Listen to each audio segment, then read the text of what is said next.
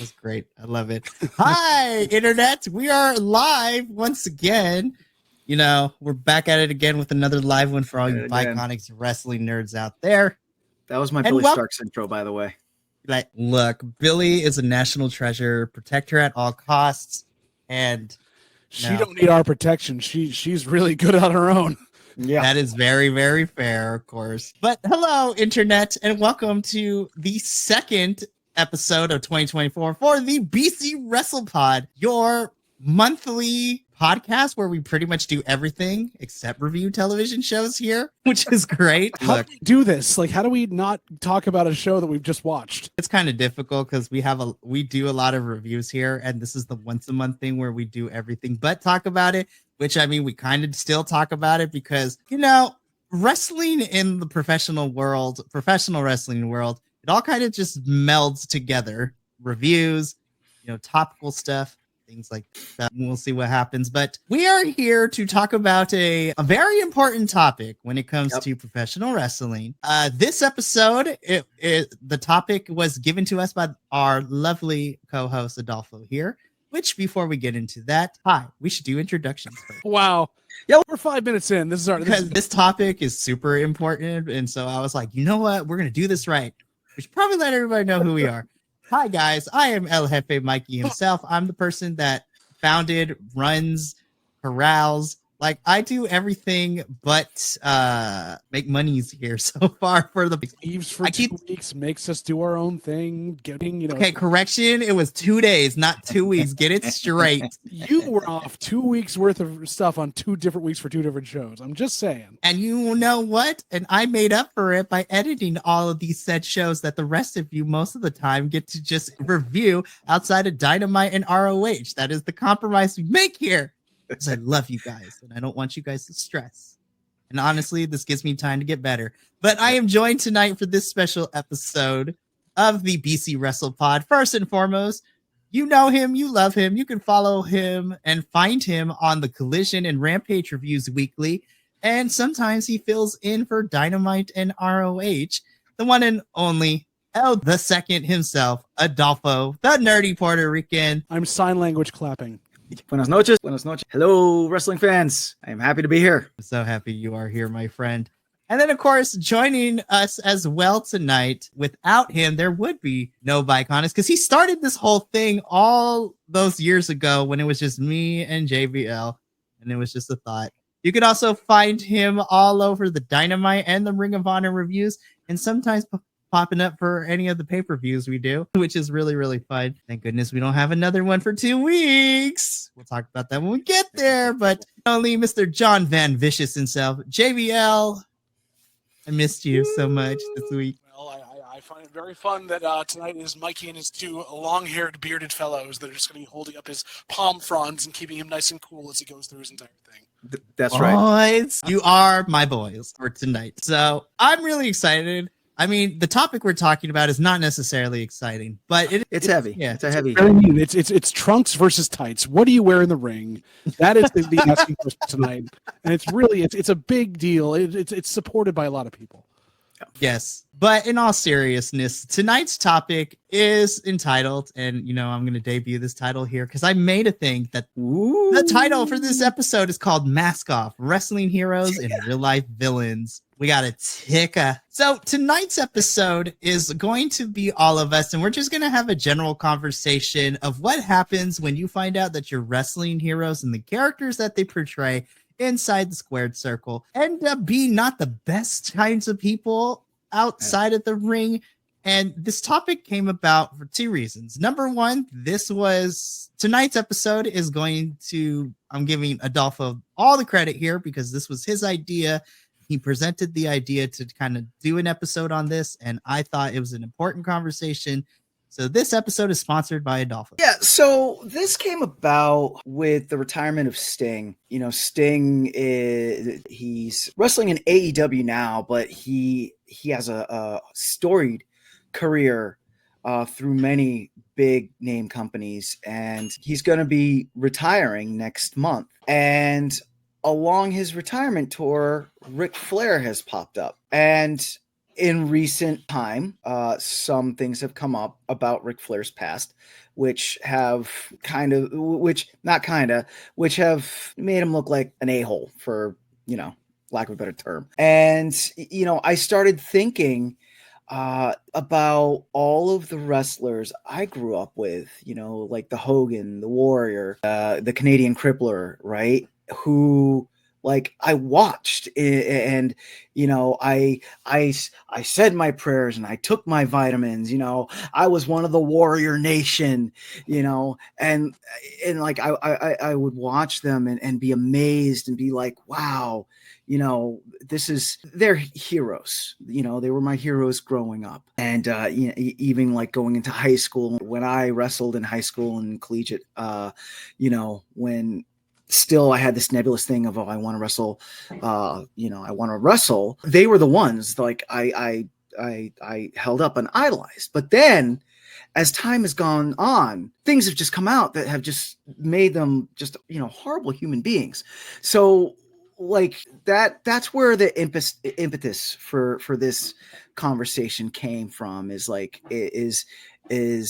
take a look at these guys, and let's, is there some way to reconcile, because back in the 80s, not so much now. And me personally, I feel that it's that social media age thing, where now with the Instagrams and the Facebooks and all this going on, that really it's hard to keep kayfabe. Back in the 80s, where kayfabe, so for those that don't know what kayfabe is, in essence, you had two lives. You had your wrestling persona and you had your life persona, your real life persona.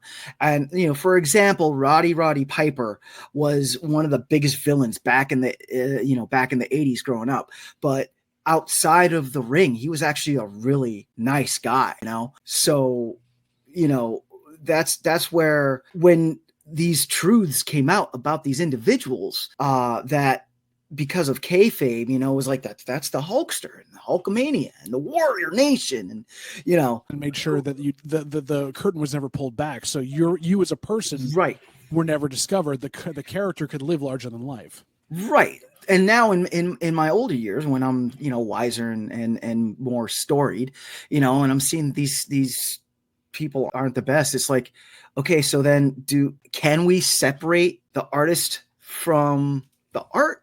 Or is it all part and parcel? That's where this conversation came from. And sorry about the long-winded explanation. Before we even started, Dolpho, I have a secondary question to that as well, which is, is it easier now to separate them, or to at least deal with the entire thing because of the kayfabe break and the fact that we know things almost automatically, versus having had those years of nostalgia and these years of that parasocial relationship you had with that character broken at a time where, like, you weren't expecting it. This wasn't a thing that was happening in the moment. This is old news that you're now finding out. Yeah, I feel that as a wrestling fan now, I'm going to take Brody King. All right. Big Bad Brody King from AEW. This dude is a monster. This dude just wrecks people. He is your textbook heel. I mean, heck, last night, he had Julia Hart stick a nail into Mark Briscoe's head. You know what I mean? But then, like, when you see him on YouTube or on his Instagram, he's playing dress up with his daughter, going toy shopping with Ethan Page, being Julia Hart's road parent, and just being like an all-around nice guy. So it's like, and it's not that diminishes my entertainment of seeing him like beat the crap out of everyone. But there is a small part of me that's like, I know you're going toy shopping after this, Brody. You don't need to wolf at me. I know. I mean, right. That's all. Yeah. So I do think that it's harder to keep that kayfabe, as opposed, because, back in the 80s and even the early 90s, before the internet culture became big, there was, unless you actually were reading the news or watching the news, and to be honest, because pro wrestlers have always been on the backside of sports, people not considering it a real sport or whatnot, no one has ever really paid attention unless it was a big thing, Blind and Lita, like that big thing that blew up and turned into storyline. Therefore, they tried to get ahead of it by making it a storyline. Right. Exactly. So, So yeah, I hope I answered the question. Didn't veer. Just adding on to it to think about now, because it's such a different thing now for some of the examples we're bringing up tonight versus the older examples from our childhoods. Yeah. Whereas we have to deal with that in a different setting versus I'm an adult now hearing about it, and then 2 weeks later we know who's involved, what's going on, where the court case is going to be 2 years down the road. Like, it's all easily accessible now, where it definitely wouldn't have been at the time unless you were on the plane ride from hell or you were in those back rooms at those parties doing cocaine off of Tara Bolea's 24-inch python. So it's like, it's really what you got to figure out. So yeah, why don't Mikey, why don't you start us off with one example of one of these wrestlers? So before I go ahead and do that, one thing I want to issue is, if you're watching this live or if you're watching the edited version of this later, I want to give a trigger warning now, because we're going to be talking about some peoples, and some of these things that we're going to be talking about range from bullying, racism, to more extreme measures of like, one subset of the wrestling community who thinks it's important to have these conversations. With that out of the way, I will begin us off. So even though it's just as bad, we're not going to get into the heaviness quite yet, because the first person I want to talk about, I have two individuals, and I'm going to start with the one that was more so how you destroy your career before it gets even to the peak, the pinnacle, if you will.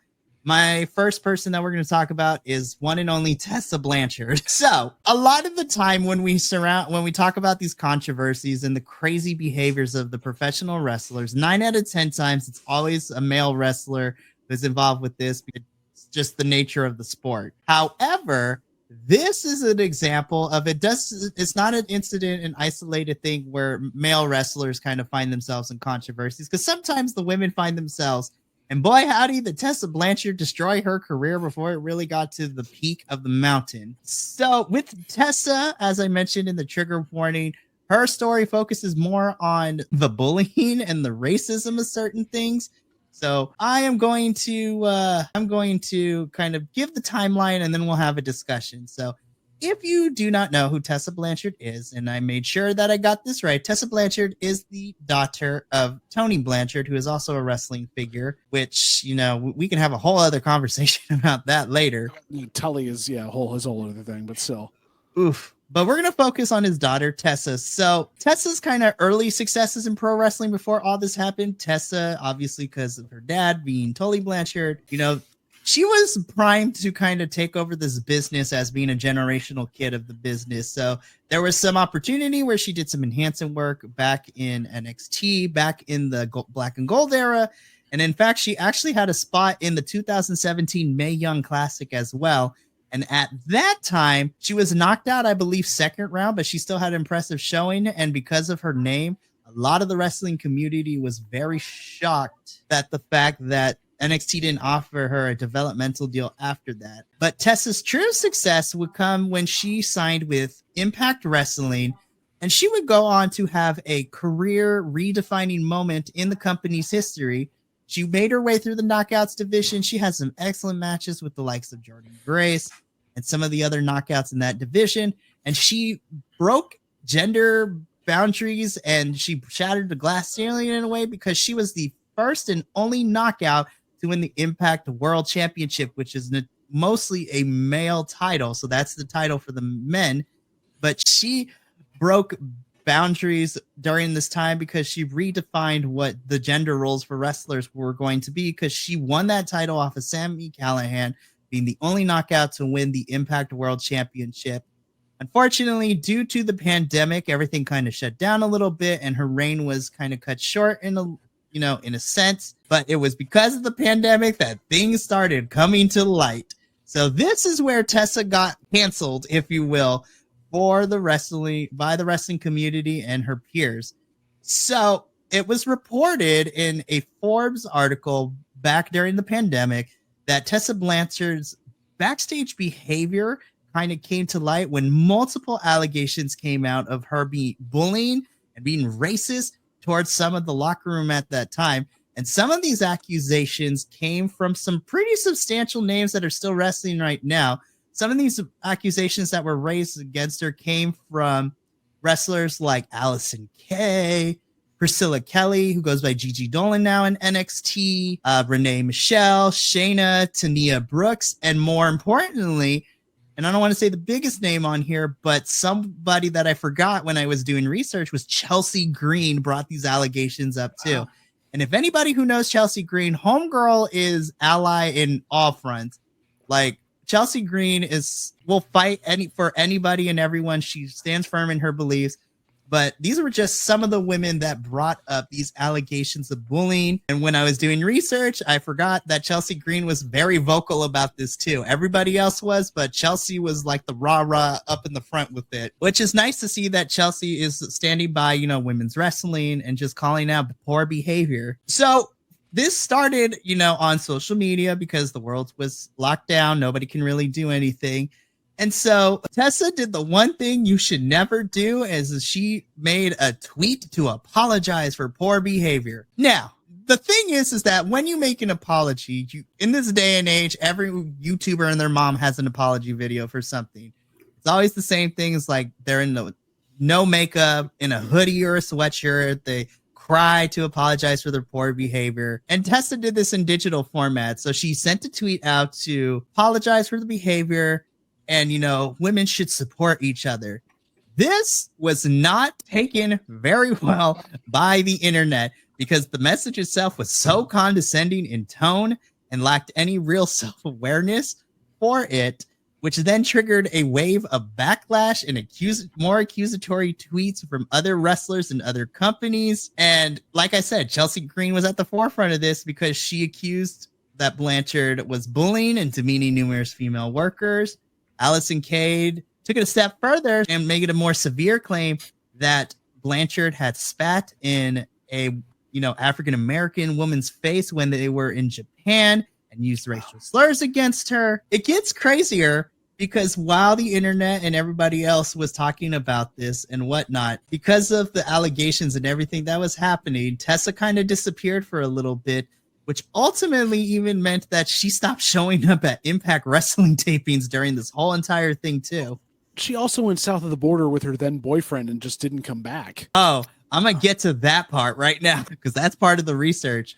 So as JVL brought up, during this whole time to kind of avoid the backlash, Tessa moved south of the border to Mexico with her then fiance Daga, who we have seen once in Ring of Honor, within the last couple of months or so. She didn't do anything she was asked because she was scheduled to defend the title at Slammiversary 2020, but she never sent in her promos, and then they couldn't come with an agreement. So at that time, Impact made the decision and they terminated her contract. With cause, I believe.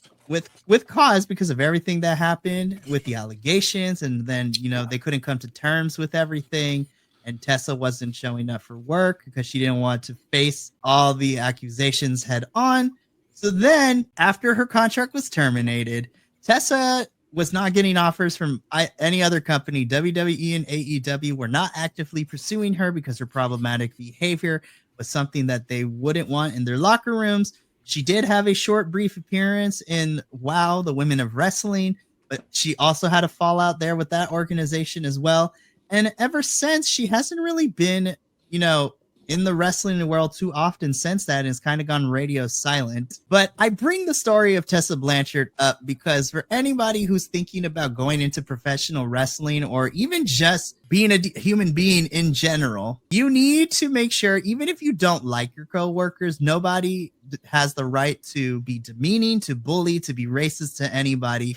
And her backstage antics truly ruined what could have been a really, really cool run with the title. And more importantly, had she not been problematic with her backstage behavior, I honestly would have considered Tessa Blanchard to be a pioneer in women's wrestling. But this is a story of how you ruin your own career by being a not so great human being to other women in a sport that's already hard enough for women to get into and be taken seriously. And she, in my humble opinion, did not do herself any favors, and it took a lot of work for the Knockouts division of Impact to, rid that chapter in order to let the wrestling world know, be like, yeah, we have one bad apple, but we still have a whole bunch of talent here. And that is going to conclude my first thesis of the night. Tessa Blanchard, the cause of her downfall, just bad behavior, racism, allegations of bullying, and overall not being a nice person to work with. So I have two questions. My first question is, if this had taken place back in the 80s, early 90s, prior internet, do you think she would still have a wrestling career? Would these allegations have gotten out the way they did? Not to downplay anything that she did or anything that came up with it, but comparatively to people that have been avowed racists and bullies from that time period, she's child's play because of the age she's in. Like, she was not fully avowed of it. She did it very secretly, even in a lot of things, which isn't good, but there was more of a thought about it. People in the 80s probably would have either passed it off as she was trying to be like one of the boys and it wasn't even her thoughts, or they would have basically just quietly just kicked her out, because she wouldn't have wanted to do that, because one of like 4 women working in professional wrestling at that point and making any money. So she might have been more careful in general. It's a thing we can put in a different age because of where women's wrestling is. Like, Moolah was an avowed racist, an avowed bully, and she did perfectly fine, but she was one person out of a whole thing of that. And then you look at the stuff with, like, Rockin' Robin and and Wendy Richter and stuff that she did to folks. That's terrible. This, comparatively, like, it's still horrible stuff she did, but at most there wasn't like actual violence against people. Right. There wasn't sexual assault. Like, she was extremely racist, which is terrible, but I don't know. It's a hard place to put it. Okay. And now, which brings me to my second. Do you see her coming back to one of the major, doesn't have to be AEW or WWE, but maybe like TNT or Impulse, or do you see her coming back? She would have to do some sort of mea culpa and actually like admit to being wrong. Like, her thing is, she probably won't work again until she makes the first, not even admission, just the thing you tell everybody when they're in a scandal, like, just own up to it, seem like apologetic, and then start to just keep your head down. She's started to keep her head down without doing anything else to help herself, so it's still out there. Right. Okay. All right. Cool. All right. I'll go, since this is my topic, if that's okay, JVL, or did you want to? Sure. I love it. Yeah. Okay, cool. All right. So I'm going to bring up, and I just kind of want to rapid shoot it, just because everything with this individual is still going on and still fresh. It's the Vince McMahon allegations and lawsuit that's going on right now. We're not going to cover it. There's more than enough YouTube videos, and you can just type in Vince McMahon news and you can read up on the full gamut of it. The two things about this, though, is number one, even with the whole WrestleMania hoopla that's gone on, I do not want this to be buried, because it is super important that his feet get held to the fire and he's held accountable for these actions. But for conversation, where do we think Vince McMahon came from? I mean, he's always been, dare I say, he's always been a greasy businessman. I mean, that goes without saying, But where do y'all think that this type of behavior like goes all the way back to the 70s when he was working under his dad, or do we think this is, like I said, this is something that manifested when he got the power? Let's start with you, JVL. My thoughts on it are, it's been a part of his personality since he was born. Like, it's that kind of narcissistic twinge that he's had. I think he finally felt the ability to it probably after WrestleMania 1. Okay. When he was finally on top of the world, he was starting to take over that. It's that feeling of power, and therefore, if I own this, I own everything. And then, so keep up the appearances of normal family, having kids, all that stuff with Linda. But at the same time, there's got to be things from them, and not even like to the violent aspect of what he got. There was, secretary in the pool, something like that. Just like, taking little things like testing his waters of what it could be. And so he's just never been stopped. And he's gone to the logical conclusion of, well, if I can get away with anything, I'm literally going to ruin someone's life for my own kicks. Okay. All right, Mikey, what do you think? See, because this question is very loaded in the sense, because I could, again, for those of you who don't know, yes, I run a wrestling podcast, but I went to school to become a psychologist at one point. So coming from this aspect, I feel that, I'm going to be completely honest, I don't think it was as extensive of what we have seen Vince over the last several decades become into this super creepy monster.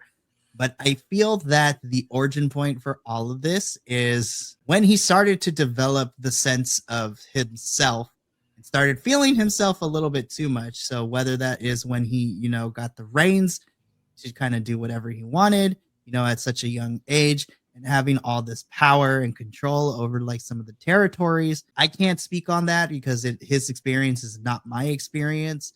But at the same time, this is just a theory, not a fact. So take this with a grain of salt. Anytime anyone is presented with a position of power, 9 out of 10 times, according to research and things like that, we're always told, especially for people who don't necessarily find themselves in a position of power, when you get a little bit of power, sometimes people kind of get out of hand with it, especially that, what we are seeing now.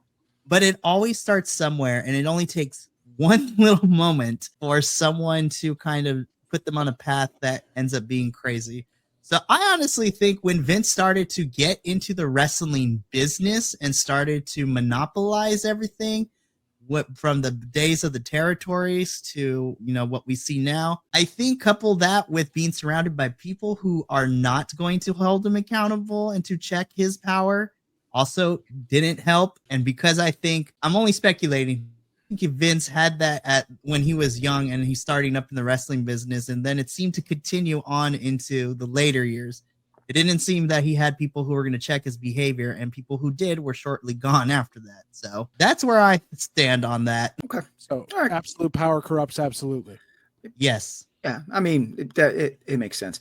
Yeah. So, I mean, Vince McMahon is he's just a dumpster fire of a human. So, we don't. You look at his past, it's not surprising. Right. Yeah. Yeah. I mean, because even before this second round of sexual misconduct allegations that have come out, he was under federal investigation for feeding steroids to his, lied for him and just, had their lives destroyed because of Vince McMahon.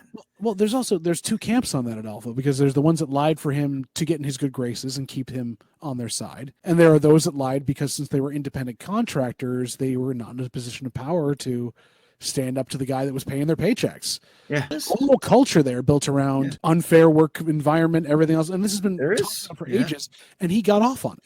And like when he was the Mr. McMahon character on TV, we saw it. That wasn't an exaggeration. Yeah. That was him. And then he started to live the gimmick. You can look at the early human being versus what led him to the path he was on. And there can be empathy, as most humans can give to folks about that. He was a child of a marriage, not even a marriage, of a relationship that wasn't wanted by his father. He had a stepfather forever, wanted to prove himself to a man that he never knew. And so therefore, maybe he's always chasing that to show I'm better than that, or I'm more powerful than that. That being said, we can have empathy for a person that came up from a crappy place. But then when you turn it on somebody else and don't use that knowledge of your own to be like, oh, I can make the world a better place in a lot of ways, but no, I'm going to just do it to make money and be powerful and to feel good about myself because I felt crappy my entire life, and do these horrible things to other people so they feel worse than I do. That is textbook, like, disturbing monsterism. It's narcissism. It's what fascists are built out of. It's I don't know how else to do it. And to even pull back even farther, can I just bring up, and to bring a little levity to the situation on this one? Yeah. Do it. How appropriate that as Vince McMahon comes back into this company, gets this thing done, all these things are still floating around about him, he decides, well, you know what? In my arrogance, what am I going to do to telegraph that all of this is real and that things are going on? I am going to grow a snidely whiplash mustache and look like an actual supervillain. Because, yes, you're never going to get me. I'm just horrible crap. Ha, ha, ha, ha, ha. Like that from my memory, and then you reminded me. I was just like, the timing, though, like, all this stuff. Do you have to look like you're basically a Columbo villain from the 70s? Like, what's going on? Jeez Louise, what that made me so mad. How what do they say? Dress for the job you want. He already had the job. He's just showing it off. Yeah. Okay. So thank you for indulging that. But this does lead into the more serious one that I want to talk about, and that is the Canadian crippler, the rabid Wolverine, Chris Benoit. I am going to say his name, Chris Benoit, someone from the incident, so that makes sense. Yeah, someone that has been scrubbed from at least the history, in a lot of wrestling history, because it's a very touchy subject. So, Chris Benoit, I knew him from WCW and early WWF days. I'm not even gonna call it WWE because it was, and he was, part of the Four Horsemen. He was one, and if you like, I think Dave Meltzer put him in top 10 technical wrestlers of all time. This guy, watching this guy work was just incredible. He had an intensity, and his maneuvers, when he would lock in that Canadian crippler, when he would launch with the flying headbutt, like it was seeing an artist. To hold him up against, either now like Orange Cassidy nowadays or Bret Hart, just that's the level that he was at, you know what I mean, in the ring. But he, one night in 2003, again, if you want the full story, you can please, look it up and read about it.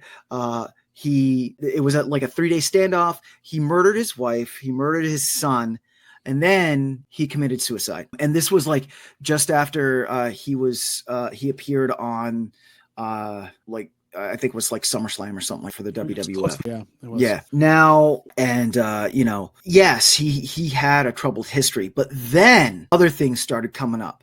How Vince McMahon, that this was the time during that steroid thing where Vince McMahon was supplying steroids to his wrestlers so that they could keep the level of performance that he wanted. And then post-mortem, their research, they found that there was evidence of which pretty much, yeah, thank you. So basically, like, that's when you hit in the head. And and the Concussion Legacy Foundation, they feel like all this that's come out, right? Do we feel that Chris Benoit should be held in this black book zone? He's been scrubbed, like, from all of his achievements, and he, like, you bring him up, he's got a laundry list of achievements, so but yes, like, does he deserve to be, like,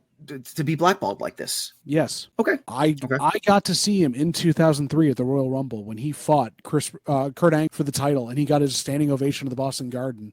And it was one of the best matches I'd ever seen in my life. As a wrestler, he could be studied by so many wrestlers, and probably has, for what he did in the ring. And yes, the life changed his brain chemistry, changed a lot about him. And yes, his choice to go along with whatever he was forced to do because he was a smaller wrestler to keep himself beefy and in that heavyweight title picture was big factors in this. But he chose to do those things. He also, I mean, there's things you can bring up with the depression aspect. Would he have done this had Eddie Guerrero not died? Right. Eddie was his lifeline on the road. Not to put it on one person. It wasn't Eddie's thing. It wasn't Eddie's. He's not his keeper. But there's the thought that, having that one little lifeline kept it. Would this have happened earlier had he not had a friend like Eddie on the road? But he made every choice. And even when his brain may not have been, his wife and son knew, and he was that much of a scary presence, they could not bring themselves to get out of the way. And the things that he did to them were not just straight murder. I can't in good fashion at all ever say that he should be recognized for anything he did because he made that fateful choice. And he has no chance to atone for any of it. It's horrifying. Okay. Mikey, what do you think? At the end of the day, despite everything that happened with Chris Benoit, and the multiple medical, social, and just his brain in general with everything that's been going on, is very unfortunate. But at the end of the day, I have to agree with JVL here, because at the end of this conversation, choices were made, and his wife, but more importantly, an innocent child, lost their life and got robbed of the opportunities. And they did not choose to. No. And that's the thing too. It is a very sad story. And unfortunately, Chris Benoit, rightfully so, has been scrubbed from wrestling history due to the horrific actions, that he ended up making. However, I hope that companies, other wrestlers, and just medical professionals in general, I want them to examine this story and take a look now, because brain injuries are no joke, and the brain chemistry like leads to so many, and it has been proven through research and things like that to alter moods and feelings and just thought processes, and like synapses within the brain don't function properly like they're supposed to with repeated damage to it. I want everyone to take a look at the Chris Benoit story and seriously consider the fact that when someone has a concussion, can no longer be taken lightly, and it's not even professional wrestling. With football, there's something going on today where what athletes are going to come out of the game tonight that are going to have things on their way, and then they're doing stuff to help them there. But yeah, it's crazy. So now this brings me to my next question on this topic, which is that was a great segue. Do we think that nowadays there are safety nets in place that wrestlers can go to, or that will stop wrestlers so that something like this doesn't happen again? So like, for example, Sammy Guevara, he's had sat out for a while because of concussion. John Moxley out because of concussion. Do we think that there are safety nets out there that are covering these performers, or do we think that it's something more that that the wrestlers taken upon themselves to do, and it's not something that the company itself is pushing? Because I know that, not to interrupt, because I know that has been one stain on the WWE, is that, with all these people coming up, with concussion injury, that the WWE has kind of been trying to be like, oh, that's not us, we don't cover it, like that, you know what I mean? To try to sidestep the to disavow that it actually happens. Yeah. So. Right. Yeah. So what do you think? We're going to start with Mikey. I think it depends on the promotion and their work environment. But I think it ultimately also depends on who's running the show, and it depends on who's in charge. So to use an example here, we here at the Bi-Conics, we cover 4 different promotions, and I count Ring of Honor as its own separate thing, kind of. So you have WWE, AEW, TNA, and Ring of Honor. So if we look at the grand scale of things, WWE, especially main roster, has been very notorious, both within the last 10 years and even all the way clocking back into the early days of the company, where we hear wrestlers all the time talk about, they'll work through injuries, because they don't want to get off of the road, because when you get off, you lose TV time, and then, your push will get stopped and somebody comes into your spot. It's become a very Lord of the Flies-esque work environment, so to speak, especially when you're trying to get TV time, and it's a competition. You need to do certain things, and if you're getting a push, a lot of wrestlers would work with injuries because they don't want to lose the momentum and the push they're getting. And we've seen many, many times on main roster where someone goes out, they're like, hey, I got to take care of this because otherwise I'm not going to be able to walk. And then we never get to see them back in the spot where they were before they left after injury. Now, I will say NXT has probably the better of the 3, but that goes to who's in charge of it. Shawn Michaels makes sure to take care of these kids. And granted, maybe there could be something different on the way that they train the WWE style of wrestling, but the NXT kids, when they get hurt, they have a better shot of being okay when they come back in terms of that. AEW, I feel Tony Khan does care about when people get hurt, but it just depends. TNA, even though he's not there no more, Scott D'Amore went above and beyond for his roster to make sure everything was taken care of, from medical to, the basic necessities, things that, being in a business should come with work benefits. But that's a whole nother podcast episode about the unionization of professional wrestling and, healthcare and benefits and retirement and all that. If you want a good take on that, go watch John Oliver's thing on Last Week Tonight about it. It's yes. So good. But all to say, I think it just comes down to the work environment itself and like what the mentality is around that work environment, who's in charge of it, because some environments and individuals in charge, I feel, do a better job of truly taking care of their talent, though not everybody is perfect though. But those are just my 2 caveats. It just depends on the environment that you work in, who's in charge of the roster. All right. JVL, what do you think? I echo a lot of what Mikey said on that. My input on it is, if you look specifically at AEW and WWE, WWE is performative. Lately, they've been a little more at it, but they won't admit to anything going wrong. They've put in place safeguards because they don't trust their talent to take care of themselves. So there are no flying headbutts. There are no headshots with chairs. There are, we don't allow you to do the shooting star press a lot. Like pile drivers are outlawed. Everything is basically like, we don't trust you toddlers to take care of yourselves. We're going to tell you what to do so that we have some sort of non-culpability when you end up hurting yourself because this business is hard. You look at AEW, it's more on the wrestlers to police themselves onto what you're doing here. We see a lot more headshots, pile drivers, all those things done. But Tony Khan that has in place medical to take care of if you get a concussion, you're allowed to be out, and we're going to take care of you and make sure you get Mox, take time off. Phoenix, yes, you went through that stupid match with Mox and both concussed each other, but you took time off. You haven't been on. Like, go get better. We'll bring you back in here. So there isn't a good medium for either one of it. I don't think either one does it well. It's just different. And if they kind of, there are some wrestlers I assume you have to police that want to go out and do that stuff. And there are some people that are good about it and know what they're doing, but also should just be warned because they're going to hurt themselves. You never know. And they're all independent contractors, and really it does fall to the wrestler, because at the end of the day, if you're working for WWE, you're not going anywhere else. If you're working for AEW, you're working all over the place. So you've got to take care of yourself. All right, cool. So just in conclusion, when it comes to Chris Benoit, I agree with the two of you. I feel that, his name should be scrubbed, and that it comes with a lot of hurt, because he did do horrendous. The things he did were horrendous, and the fact that he can't be held accountable for it is just another sticking point. Well, they're also holding his living son accountable for it. Like, he's a professional wrestler, and he can't. Yes, yeah. The Dark Side of the Ring was heartbreaking about that. So and for as upsetting and as sad as it does make me, that it's a thing that has to be. Start form again, really? Like, I'm just so down on everything now. I mean, wait, but this is a fake thing. This is fake.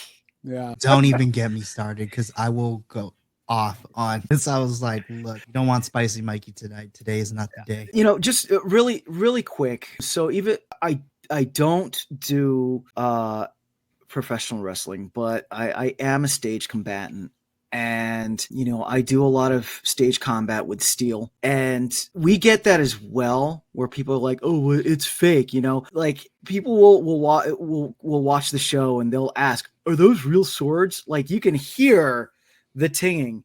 The only difference between the swords we're using and the sword that and a real sword is that I actually want to come home to my wife, so it's not sharpened. Having said that, though, a long sword clubbing you in the head hurts. It's still metal to the head. You're right.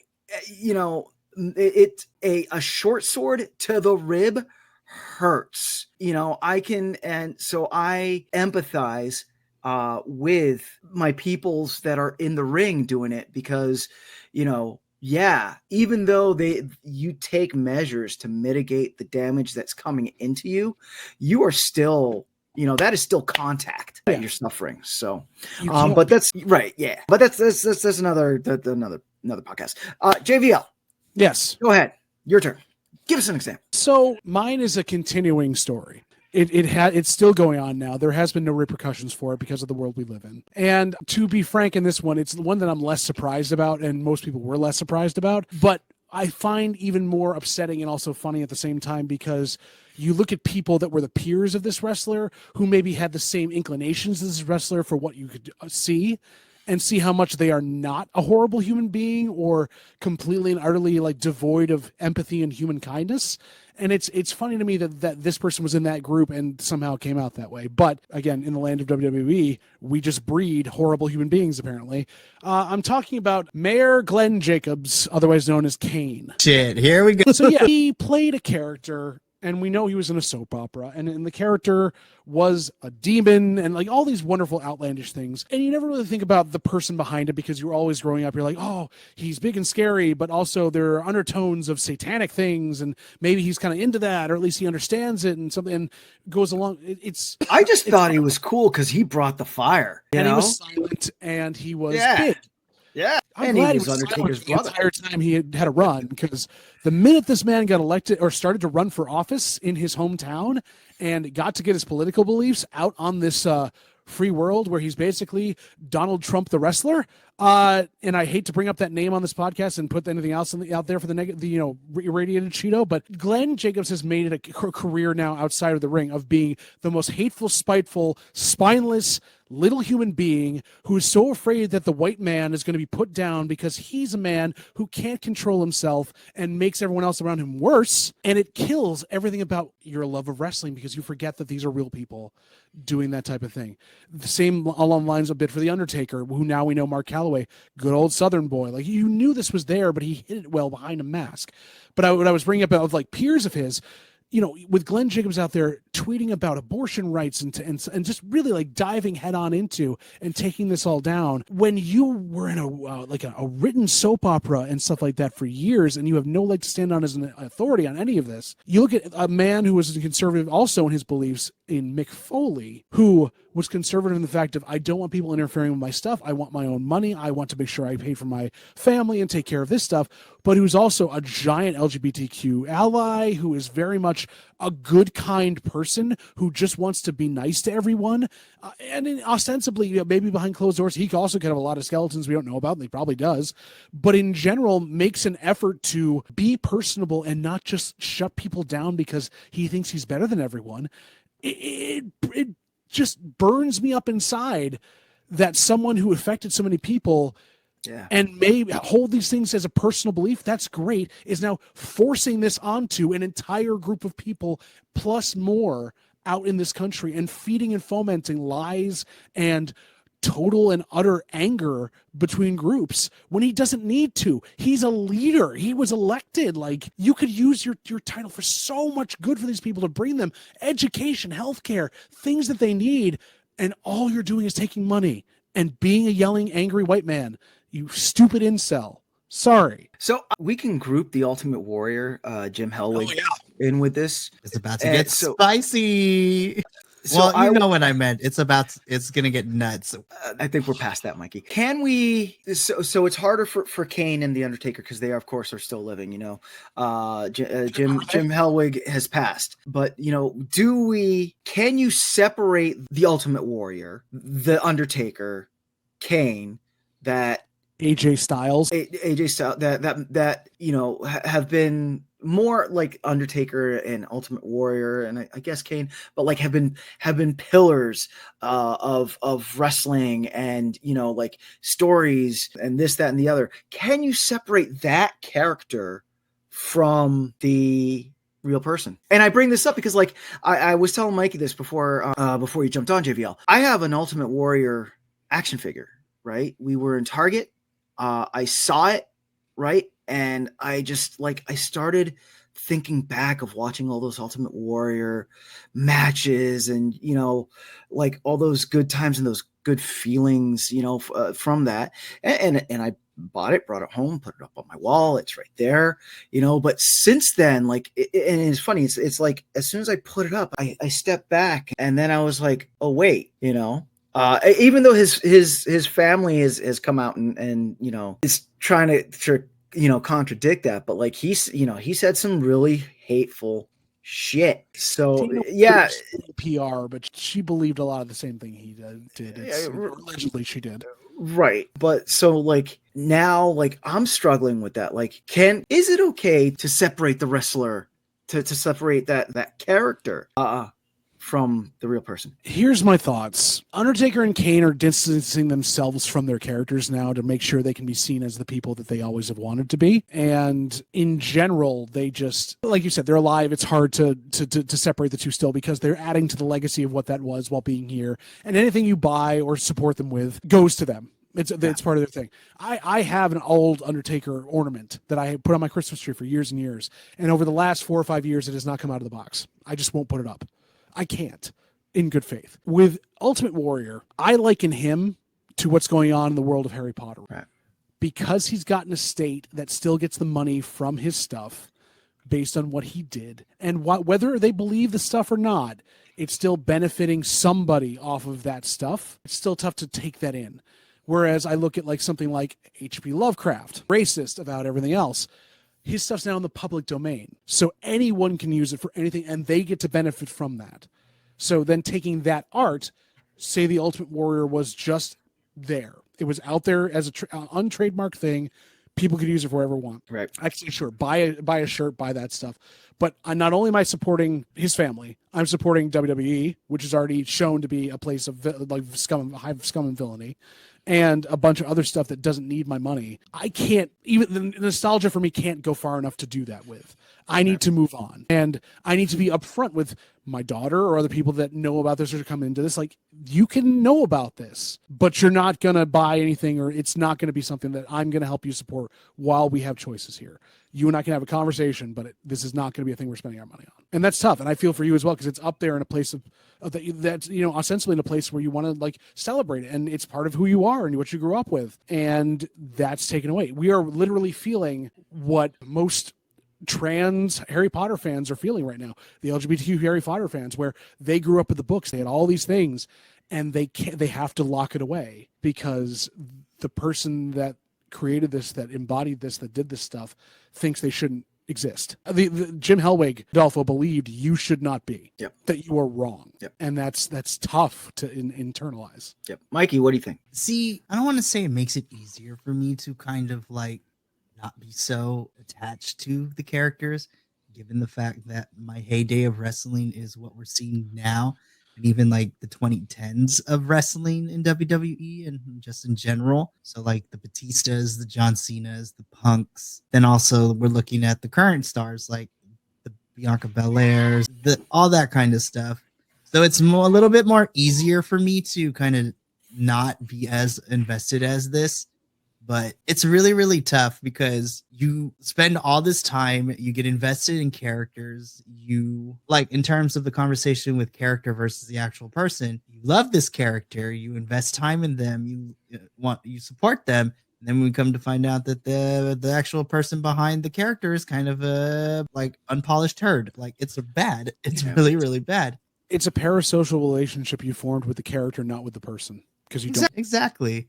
So then, you know, I will admit this to myself. It's like sometimes when you become invested in a character, it's really, really hard to kind of pull yourself out of that in order to see things objectively. Because, this could be a whole nother conversation, because then, you know, when you're going through that process, you have a crisis of self and a crisis of faith, because you're like, on the one hand, I don't want to be a supporter of a horrible person, but at the same time, because so many of these wrestling characters mean so much to so many other people out there, and some of these wrestling characters have heard stories of other wrestling fans, like the characters that they portray have got them through the tough times, like all that kind of stuff. We've experienced with that in our own group. I mean, look at Jesse and Bray Wyatt, the Fiend. And Bray Wyatt, yeah, he's still in mourning, and rightfully so.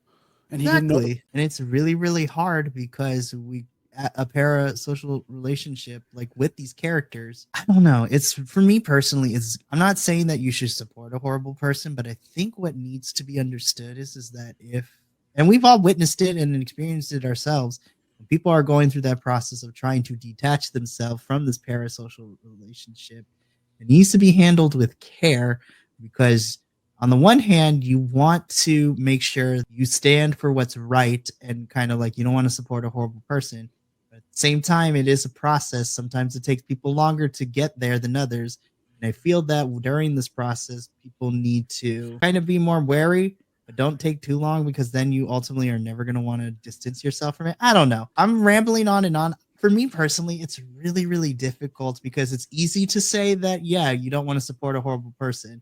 And then at the same time, you have to give yourself the time to process and to detach yourself bit by bit, because you can't rip a Band-Aid off completely, because then things can get wild. I have seen some things happen, and it's not a pretty sight. And yeah, those are some more of the darker stories I have in my closet. Well, Silver Lining, it was on discount. So, oh my God. So it's yeah. All right, Mikey, you said you had another person to talk about. This is what I was alluding to. Just keeping going. It just came up recently. Yeah. So yeah, remember, that's right. Remember how I mentioned you have to take the time to detach yourself from the character you love and everything that happened? This is what I was alluding to, because this is my own personal one that I had to, it took me a while to get over the fact because I really dug the character. But the second person that I'm going to be talking about is former, the wrestler, or I guess he's still wrestling at this point. It's all up in the air, but we're talking about Patrick Clark, formerly known as the Velveteen Dream. So this one is going to be a little bit, whereas Tessa was more focused on racism and bullying, there is some very underaged allegations and things that are about to be mentioned. So I'm just putting that out there right now. And as somebody who has close, a story with somebody in their immediate family who was a victim of this kind of stuff is very sensitive for me, but it's important to talk about this. So let's start. So Velveteen Dream was on the rise. So Velveteen was part of the Black and Gold NXT brand, and Velveteen Dream, like Dream's rise to the top of that NXT card was so organic, and the crowd was so behind the character of the Velveteen Dream. And, a lot younger Mikey gravitated toward Velveteen Dream because, this was a different character, very flamboyant. And at that time, I was struggling with trying to come to terms. I wasn't a typical guy. I was very sensitive, very flamboyant in my mannerisms and things like that. This is a little bit more of a personal one. And on top of that, Dream had such amazing feuds with the likes of Ricochet, Aleister Black, Tommaso Ciampa. He was on the rise, and he was about to, I honestly think he was going to be on the rise to be a future NXT champion there. And then WWE even went so far as to do an investigation where they didn't draw a conclusion of him doing anything wrong. But because of how bad this was in terms of image, Velveteen Dream was taken off television. And then subsequently, half a year later, after being taken off television, he was released from the company. Weren't there also texts that came out or something like that? Allegedly, he had some texts as well. And so WWE did an investigation, couldn't find anything, but they were like, yeah, we're not going to add fuel to the fire here. So they took him off of television. And then, half a year later, he was released. And then it got worse because fire kind of being released from NXT, Dream was not even, he wasn't wrestling in 2 years. People were still talking about him. They're like, whatever happened to Velveteen Dream? What's going on? And then Dream popped up again in August of 2022 because he was arrested twice in the span of a few days apart. One for assault and battery because he was accused of punching a gym owner. And then the second one was, being in possession of drug paraphernalia. So it took a dark path. And then during this time too, controversies kept coming up because then we add into the mix that EC3 made some accusations too, which, by the way, if EC3 is your guy, that's on you. I personally have never liked him, and I feel that, he also is kind of scummy to me in the way he presents himself, which is neither here nor there. But EC3 made some accusations, and he accused Dream of setting up a camera in the bathroom of EC3's house when they were having a party. It got really crazy from there. Velveteen would also come out to deny these allegations, and that he came out to deny it, and then he wanted to give his side of the story, and WWE would corroborate it, which then turned into a big old he said, she said thing. So we really not got any closure from that, but it kind of went away a little bit. People had stopped talking about Velveteen Dream. And then, oh boy, not even what was it? We were towards the tail end of 2023. Right before. And he came back and he released an apology video talking about his behavior. He didn't cop to any of the allegations with the sexual misconduct with minors. He just apologized just for bad behavior and how he was going through it and yada, yada, yada. And then take it a step further. Then, shortly after releasing this apology video, listen, I love Chris Van Vliet. I think he has some pretty fun interviews with wrestlers, but I was very wary when he sat down with Velveteen Dream on his podcast, and they have a whole entire episode. And after watching this whole thing, I am still in a state of what is happening? Like, this is nuts. Like, we're still dealing with this. And here's the thing. I always want to stand with the victims, and the allegations are horrible, but everything has just become such a convoluted mess because of everything that has happened. But at the end of the day, I've already worked through the process to detach myself from Velveteen Dream, and I'm not going to go back to it. You never want to say someone is guilty before you see the evidence and you hear all the facts. And at this point, I still don't know how to feel about all the allegations that are thrown his way because nothing substantiary has come with it. But I'm still going to stand by my decision. Like, if Dream wrestles again, cool on him. You never want to see people's livelihoods taken away like that. If it's true that he, all those allegations were ended up false, but I have grown and I am different now than I was back then. So this is one of those instances where I'm still not sure how to feel about this, but I'm not going to touch this with the 10-foot pole because I was like, I already processed the feelings during this whole entire thing. I've detached myself from Dream as a character.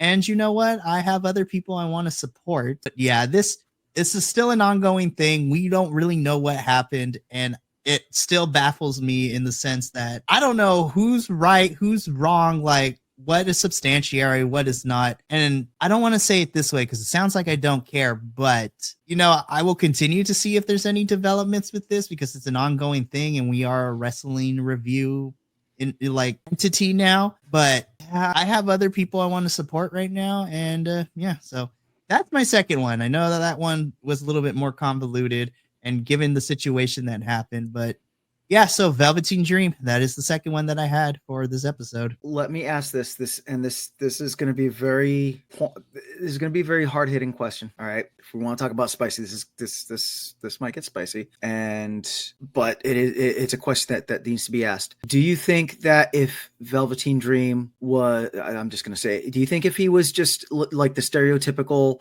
white jacked wrestler that the WWE that is archetypical in the WWE, do you think that it would have been treated differently? Do you think that the allegations would have gotten swept under the rug? Do you think that he would have gotten the same treatment? Do you want the honest, truthful Mikey?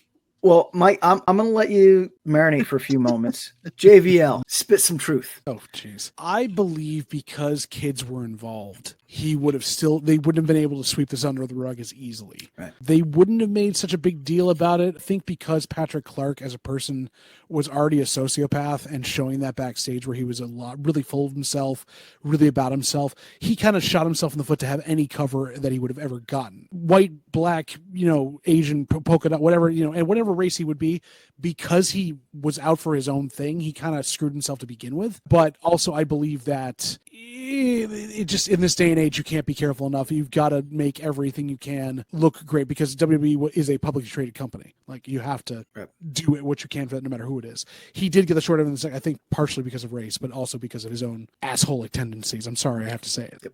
Okay.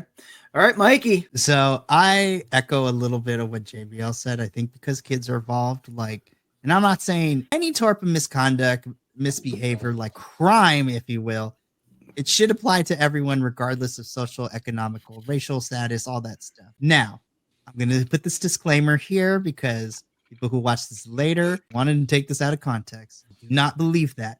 I am the type of person that is very wary of the way the world operates, but I try to see the best in people because I want people to see the best in me despite, societal misconceptions and prejudices and things like that. So partially, I think the internet took it way too far and people went left with it because then they made it about race because, the allegations came out. I was like, well, that sucks. And that's not right. But then people just looked at it and be like, oh yeah, this black man, this big black man that said very derogatory things, like the prejudicial things that were being said. I was like, listen, I don't condone his behavior. And if these allegations prove to be true, then that's horrible. And he needs to be brought to justice.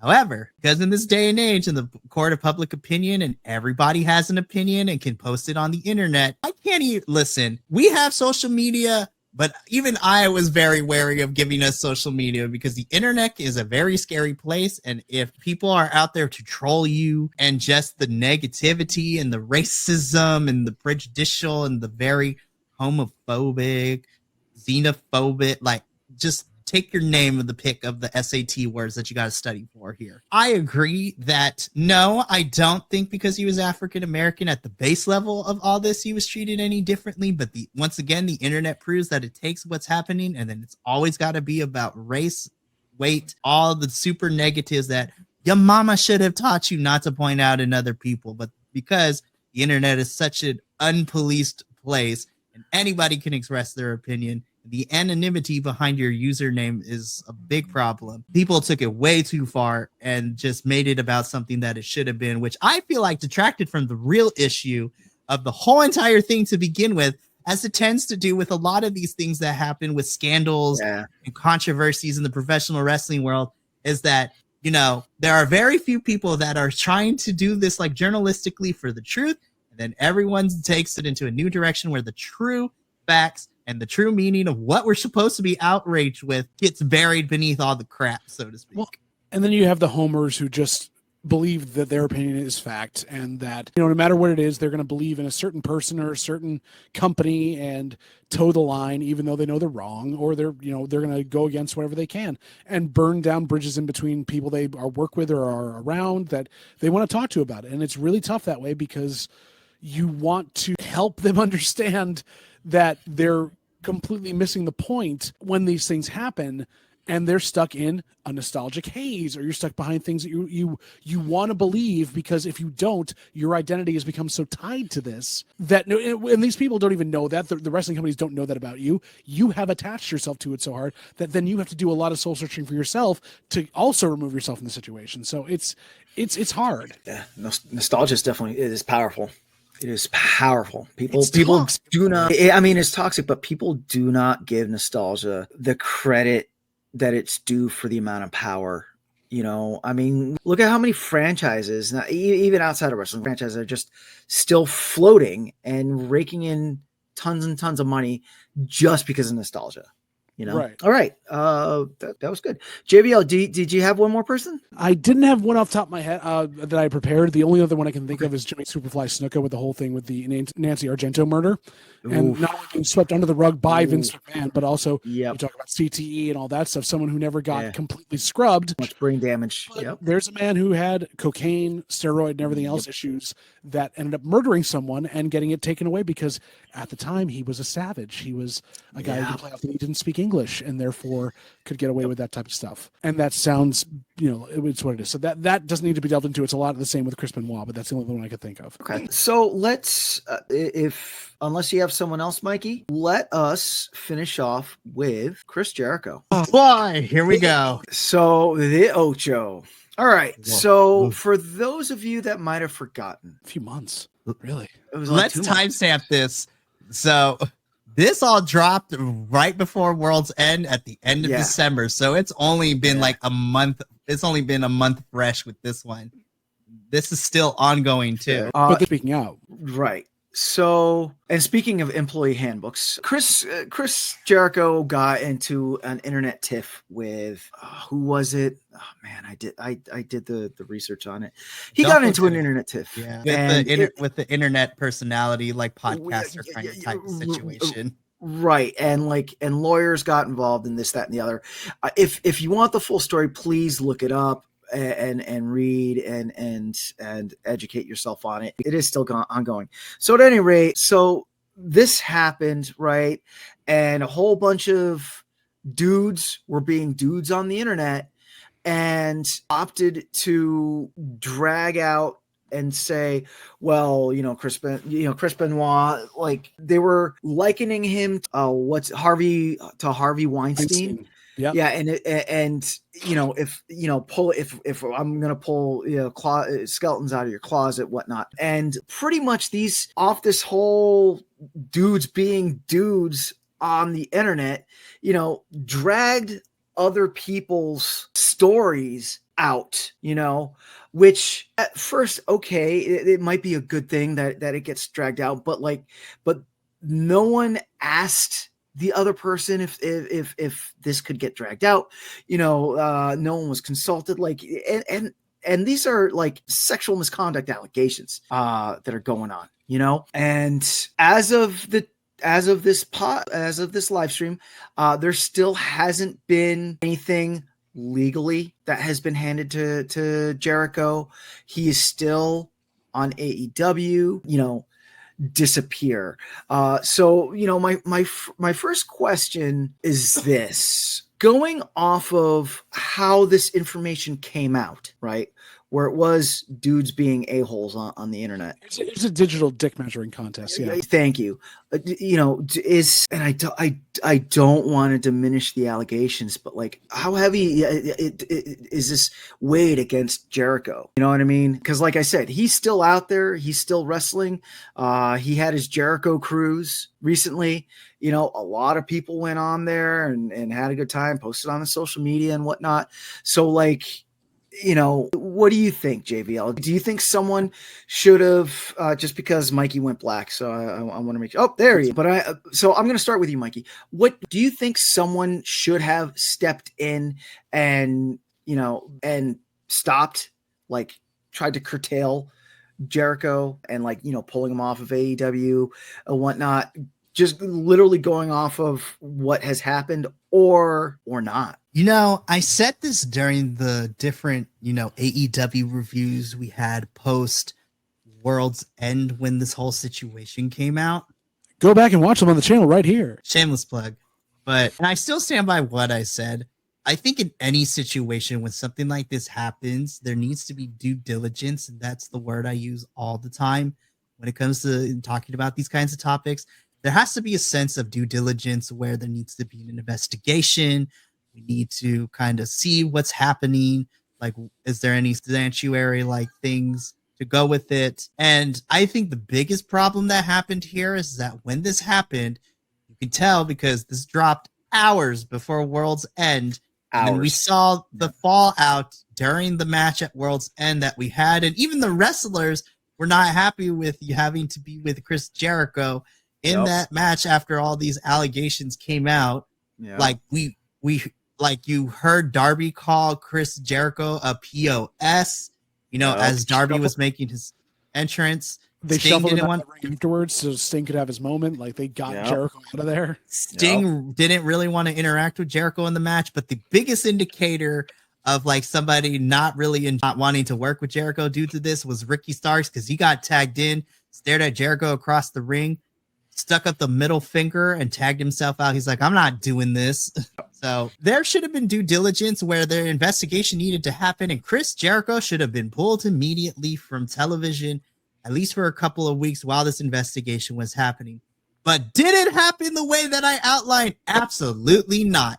And I have faults with AEW when it comes to booking and, treatment of the women's division, which is a whole different topic. But I feel that they handled this situation not in the best of things, because we still got Jericho on television. He had a championship match with Sammy Guevara for those tag titles at Battle of the Belts. We just recently saw him go up against Konosuke Takeshita. Like, he is still on AEW television. He is still cutting promos. He is still doing all of this. And I'm just sitting here thinking, I was like, look, even though these are allegations and you need time to investigate this, I'm like, how in the bloody hell did Chris Jericho not receive any type of, hey, we got to take you out television? And again, this is a whole different conversation, but because Chris Jericho is a big name in AEW and, he draws in the crowd and whatnot, according to some people on the internet, this is where your name and the brand that you have given yourself dictates like how you are being treated. Because don't get me wrong, there's still a vocal minority of people who are booing Jericho for everything he's done, but it really turned me off because over the last couple of weeks, I've seen more and more people continue to sing Jericho's theme song when he makes his entrance, and I'm just like, oh, ew. So, but here's the thing I'll say against that. Hearing it from other reporters, that's what AEW is focusing on. That's what you're seeing on TV. If you're in the arenas, they're turning down. There's actually been more boos and more folks that like get him out of the ring as they've gone to each place. So he's doing what he can to cover this up. Okay. very McMahon-esque, like turn down the booze on TV, do all that stuff. You can't turn up the music. So I feel you on that, but I think I have to give the fans a little more credit in certain respects that they're doing what they can, but the product is still being shown as what it is. Okay, then I will retract that statement from my overall thesis. I appreciate it. It's just a crappy situation. And it, again, as someone who has had immediate family be a victim of said things that Chris Jericho is being, accused of, it frustrates me because I'm like, these are my opinions. How in the right mind can you defend something like this? That is what frustrates me. And Adolfo, to go back to what we brought up, we were talking about Velveteen Dream. I don't want to make it a race thing, but I cannot include race in this conversation because Chris Jericho has allegedly been getting away with this crap for so long. And because he's Chris Jericho, he's no longer the person playing the character. He literally has become he believes his own hype. He is the embodiment of his character that he created all those years ago. And there's no differentiating now because people just see Chris Jericho, the wrestler. And it's not like with a lot of wrestling fans at this point, because Jericho has been in this business for a long time. Like, I believe Chris Jericho believes his own hype, and it frustrates me because and who knows, there might be stuff going on behind scenes, but what I'm being presented on television is telling me as a viewer that AEW isn't doing anything about this. Van Vicious, what do you got? What do you think? Jericho's protected. He's got whatever contract he's got that makes him more powerful than the EVPs. He's got it where basically I am your big deal. You can't tell me what I do. I've got, creative control, all the rest of the stuff. And he's constantly on TV because he wants to be. This stuff should have been dealt with when the speaking out movement happened.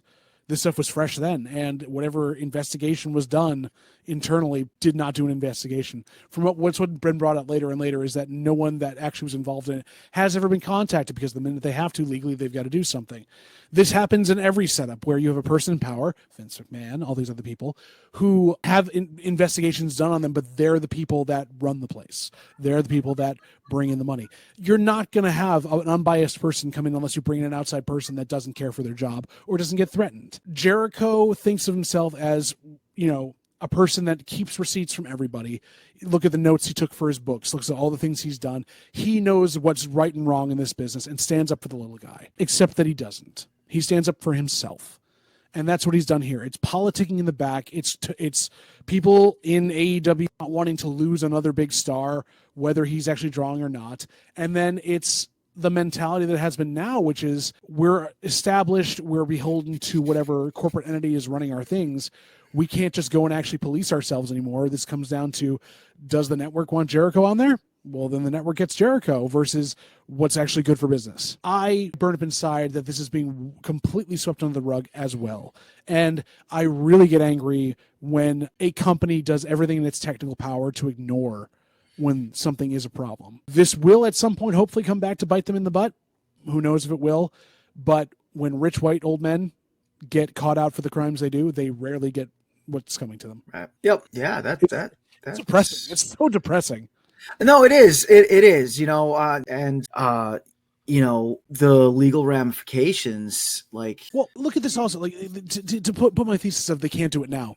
When Speaking Out came out, they pulled Jimmy Havoc, who was in a title picture, and sent him packing, fired him right away. And he did heinous stuff and deserved to be so. But they didn't do it to Jericho. Yeah. Because Jericho was their champion. Yeah. And also was Chris Jericho. Yep. They are so far down this road now, they would not, and they're so far in TBS and Warner Brothers and everything else, there is no way in hell Tony Khan could come out tomorrow and go, I'm taking him off TV. He is insulated. The only way that this could happen is if a lawsuit was brought again or some sort of outside legal thing was brought against him to make it so they were losing sponsorship dollars so that WB would say, oh, yeah, we need to actually fix this. Yep. Nothing's been lost on their end. There's for the business. Therefore, nothing's being done. It's all capitalism and money involved. Yeah, and that is a rub. I might look calm, but flames on the side of my face. Heaving.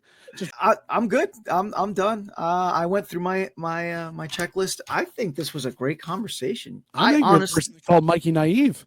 I'm wrong. Yeah, I was now, and who I have to go yell at. And if it's me, look, here's the thing. Here's the thing. So I am in a place in my life where I knew once I decided to make us on-air personalities with all this, I knew we would get some sort of trolling. Every entity does. And that is not, I wasn't expecting not to have it, but I'm in a position right now where these are my views on professional wrestling. I love this thing. It has provided me with, even though it's been short, it's been providing me years of entertainment. And honestly, like I've shared the story on multiple reviews, and JVL knows the story, Adolfo knows the story. Professional wrestling became something that helped me get through the pandemic. And it has become a special memory with me, that I got to make in the last year or two with my grandmother, who became my wrestling partner during the pandemic and watched all that stuff with me. However, it is because of her memory and what she stood for and, the things that she and my mom have raised me to be. I can't stand for this kind of nonsense. I believe that when someone makes a mistake or when someone does harm against another person, whatever form that may be, physical, emotional, mental, and even sometimes spiritual too. Like regardless, pain is pain, regardless of the form that it takes. And when someone harms another person in any shape or form, the proper way to do things is there needs to be due process and justice needs to be served. Whether it be someone, gets fined, someone loses their job, criminal charges are filed, depending on, what happened. In an ideal world, that is what's supposed to happen. However, as someone who has experienced the other side of things of, the unfairness that the world has against certain, groups of individuals for whatever reason, and I'm not playing victim here because those experiences have made me stronger. To say that there's nothing these little internet trolls can say to me that I haven't already heard before. And you know what? That need to be discussed because they are an aspect just like any other thing that we love in the world. So I'm all for a conversation. But if you're coming to attack my personal character, you better be ready because Mikey is a nice, loving individual, but you don't want to make him mad because you're not ready for me. Mikey hates himself more than you ever could. There's nothing you can say. Seriously, like there's nothing you can't say that I haven't already, like my past self and my current self, I told myself. We here the Bi-Conics do our best to remind Mikey that he's actually worthwhile and we love him dearly. So there's nothing. Like, he's starting at a level that you're already like way too. Don't even try. Yep. Grow a beard, Mikey. Come on. I'm just kidding. Look, then it's just like I like a clean shaven face. I gotta be distinct because I'm surrounded by beautiful beards here at the Bi-Conics. Yeah, euphemism, however you wish. I feel that we had some. I feel like we had some great conversations tonight. It was a tough show to slog through, but definitely. Yeah. No, I don't want to say it was tough, but I think that, hopefully if people, go back and re-listen to this or watch it or whatnot, hopefully it'll cause people to think deeper about these topics. You know what I mean? And, maybe become more vocal and maybe, a movement can start or whatnot. But yeah, let folks know and let the wrestlers know that you support them and that and that, all that stuff. Like be out there, be vocal, and let people know that change needs to happen because you're the only ones that are going to make it happen. Yep. And if you're watching this in the future and Vince McMahon's gone to jail for 50 plus years and Chris Jericho's been pulled off TV for a couple things, let us know in the comments. We'd love to know in the future what's happening. Yes, please. Absolutely. Well, boys, I think this is a good stopping point, but let's continue this conversation online. Let us know what you thought about this particular episode of BC WrestlePod and what you thought of our conversation, or if you have anything to add about any of the people we talked about tonight, or if you even have your own individuals that you think are just like, why are we still revering them the way that we are, or problematic behavior. Let us know because we want to shine a light on the good things, but we also have to take the good with the bad, just like any other medium in the world. But we appreciate you being here tonight. And I have to say, boys, thank you for coming on, with the whole world watching two football teams right now. I'm happy that I was able to spend this moment and to have this conversation with you. What's going on right now? Am I missing something? Is something going on? I mean, all I know is I got my chicken wings discounted because of the Super Bowl. So I thought that was because they knew that we were having our live stream tonight because they figured we needed to have that. Fair. That's very fair. That is very, very fair. Also, I really do want to know, trunks or tights? What do you prefer? Ooh, that's the next topic that's the next episode. We're going to talk about the pros and cons of trunks or tights. But if we're going immediately, listen, as somebody who has thick thighs that save lives, I have to go with, the tight. I'm a singlet guy. It's the appropriate equipment for wrestling. Interesting. You got to have the support of the I see this. Yep. Oh my goodness. We have, despite the heavy conversations we have in the important ones, we also bring a breath of levity to these situations. And if you want to be able to see both sides, you can check out the rest of the things we have here on the Bi-Conics Wrestling YouTube channel. We have more hosts than just us. There's 9 of us total. So we have a plethora of different opinions, which I really love. So make sure to go through the YouTube, see what you like, hit that notification bar, subscribe, hit the bell, like all the good things on the YouTube. Share these videos because it is so important. And then, of course, if you're like, hey, where can I find out when your reviews and other projects go live? And, where can I see you guys post like really fun stuff? Well, I'm glad you asked. So you can follow us all over any social media platform, Facebook, Instagram, Threads, TikTok, Twitch, YouTube, MySpace, Friendster. You can find us all over those social media sites at BC Wrestle Pod. And then, You have a live journal somewhere, right? Like somewhere. A blog somewhere. Yeah. Blogspot. We're on Daily Journal. We're on Live Journal. Or a Hotmail account, A Hotmail account. Like, make sure you hit the, make sure nobody else is on the internet for the dial-up to work. But and then the last thing, if unfortunately, whatever circumstances that are, if you can't commit to watching our beautiful faces, you can take us now with you on the go because we have audio versions of all our reviews. And that has been my personal mission for 2024 is to provide another outlet for those who want to listen and hear our thoughts on professional wrestling, but just can't find the time to watch our videos. We got you covered. You can listen to us on your way to work, when you're studying for an exam, if you just need some background noise while you're doing a project. And then more importantly, too, you can listen to us when you're taking care of business on the porcelain throne, which I've heard people are listening to us there, which I am not going to be ashamed to say. People listen to us while they're taking care of business and dropping My voice will help you poop. I won't say that I don't watch the product, but Adolfo has helped me through a couple showers lately. It's been very fun. We love it here. But that is going to be it from myself, Adolfo, JVL, and the rest of the Bi-Conics boys here. Remember, take care of yourself, love one another, and as always, stay Bi-Conic, all of you guys, gals, non-binary pals, and of course, the he's, the she's, the theys, and the gays of the internet. Thank you for tuning in. We'll catch you next time.